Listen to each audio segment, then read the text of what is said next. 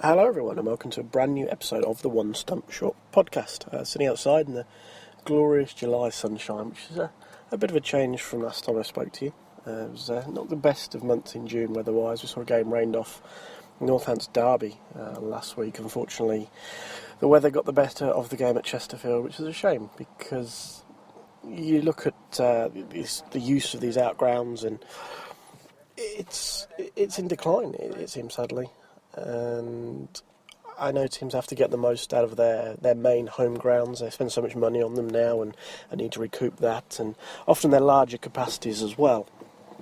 Especially for the larger teams, Nottinghamshire, Lancashire, and so forth, who have the test grounds to maintain and really get the most out of, as I said. But it's a shame. It's a shame that certain outgrounds are disappearing or have disappeared, even in my lifetime, from the scheduling, especially for first-class games. Some are still used for one-dayers, but for first-class games, as I said, it's a shame, really, to see those games disappear. I know Warwickshire and Surrey played at Guildford recently as well, and Yorkshire played at Scarborough last week, and the North Marine Road is such an iconic ground on the circuit. So hopefully events like those in Chesterfield don't put Derbyshire off using the ground again, or others, the smaller teams who obviously need to keep those grounds maintained, and that's also that comes into it. As I said before, they have to maintain their own grounds, their main grounds, and get the most out of them. But equally, they need to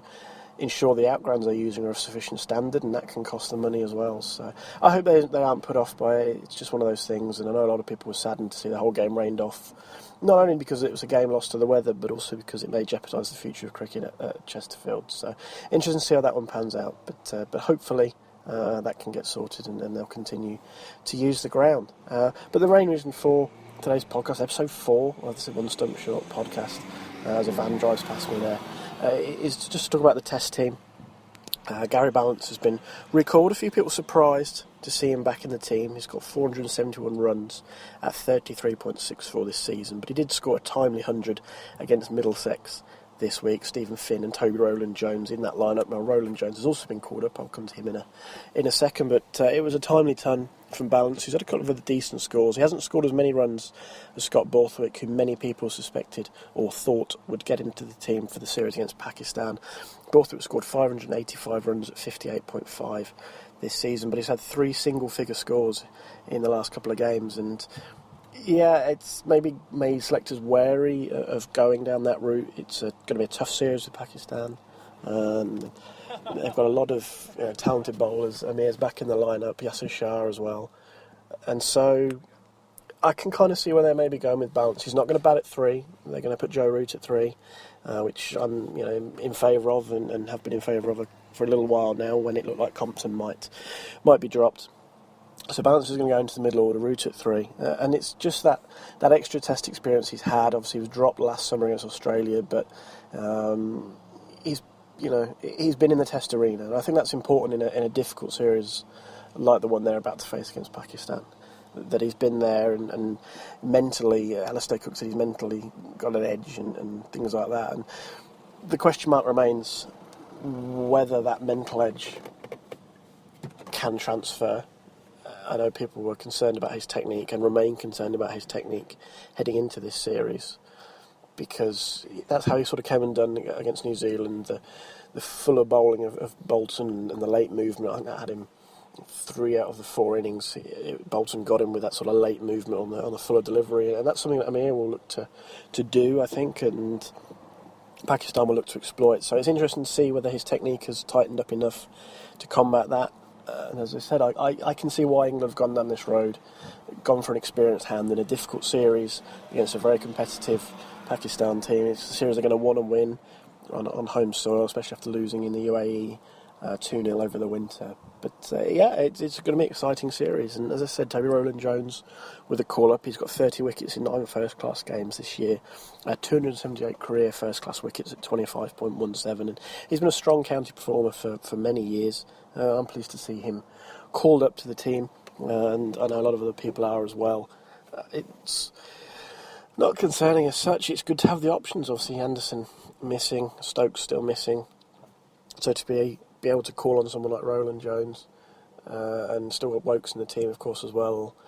Yeah, it's positive again. I think that was one area people weren't sure about with England at one point, was whether they had the depth of bowling and the depth of batting, but to be able to call up Ballance and Roland Jones and have someone like Borthwick in the system possibly for the future, Jake Ball as well, it's positive. I think for England cricket, it's in a good place right now in all formats of the game, and I think we've seen that with the series with Sri Lanka. They're not what they were as a nation, but they're not a poor team by any stretch either, and England have sort of dispatched them relatively easily. Not the best tour for the Sri Lankans, as I said, but England also did their part in that series, and I'm excited to see what happens against Pakistan, because I think English cricket's in a pretty good place right now.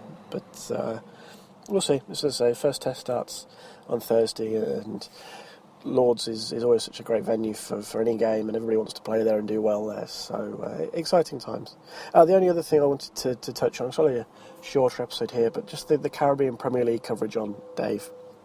Watched a little bit of Jamaica's game against Guyana last night. It was a live game. The times aren't massively friendly for live games being in the Caribbean, so it was a late start in terms of the British clocks, or a late night, should I say. But it seems odd to me they have had so few live games on. They're just using the generic feed from the CPL, so Mark Butcher, HD Ackerman and the likes are involved, Ian Bishop as well. They've got no studio analysis, they've got no additional inputs or anything like that. It's just using the feed and dropping in the advert breaks where they need to be dropped in, which makes me surprised they aren't doing more live games.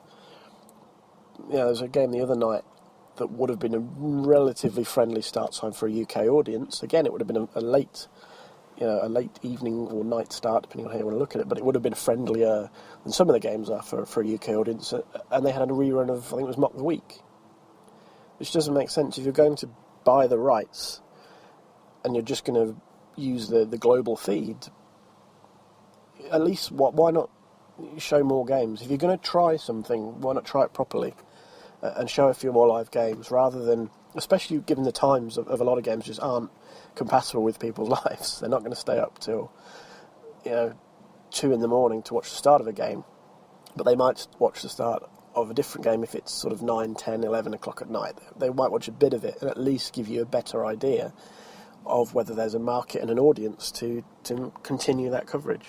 It just seems very strange to me that there have been so few live CPL games on, Dave.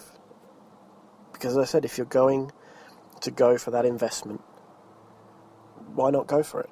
Why not, really use it for, what's the CPL, a couple of weeks, 3 weeks roughly? I can't remember the full schedule, but it's not a long tournament. So if you're going to do it, why not do it with a bit more vigour? If you're going to take the gamble on buying those rights, why not use them? I just find it strange. I find it strange they've had so few live games on like that. And yeah, I just would have liked to see them do more with it, especially given they're the only non-Sky broadcaster with cricket right now. It doesn't make sense to me why you wouldn't try and do that, especially given that the Women's Super League wanted coverage. I mean, Sky own all the rights for all English cricket, and they weren't interested in showing the Women's Super League. And it's a shame that nobody else has kind of been able to maybe do a deal with them and say, look, you retain the rights moving forward, but for this year, we're willing to give it a go. Can we, get the rights via yourselves? And other sports do that. I think that there's been other companies who've bought rights for certain events like the Olympics and then sublet them out to other companies. So it's not like it's an alien concept to TV broadcasters here. It just struck me as strange that they've invested money in getting the rights and then they've done a sort of slightly limp job with using them, because you don't really get a proper reflection of whether people actually are interested, I don't think, doing it that way. Showing old reruns of Mock the Week rather than a live game isn't really making the most of it and getting a true sense of whether people are interested and will watch, and it's a viable item to continue with as a broadcaster and to charge advertising space for it and so forth. And yeah, it's just a strange one. I didn't really understand it, and I know it's late, and I didn't watch much of the game myself because I have a day job, but I got a chance to watch some live cricket from the Caribbean. Ghana were doing well in the field, and when I tuned out and went to bed, but just that chance to watch was meaningful and significant. And yeah, as I said, I don't think Dave are making the best of what they've got there. And that's about it. It's just a short one, just a couple of bits to go through before the first test and some thoughts on the CPL coverage.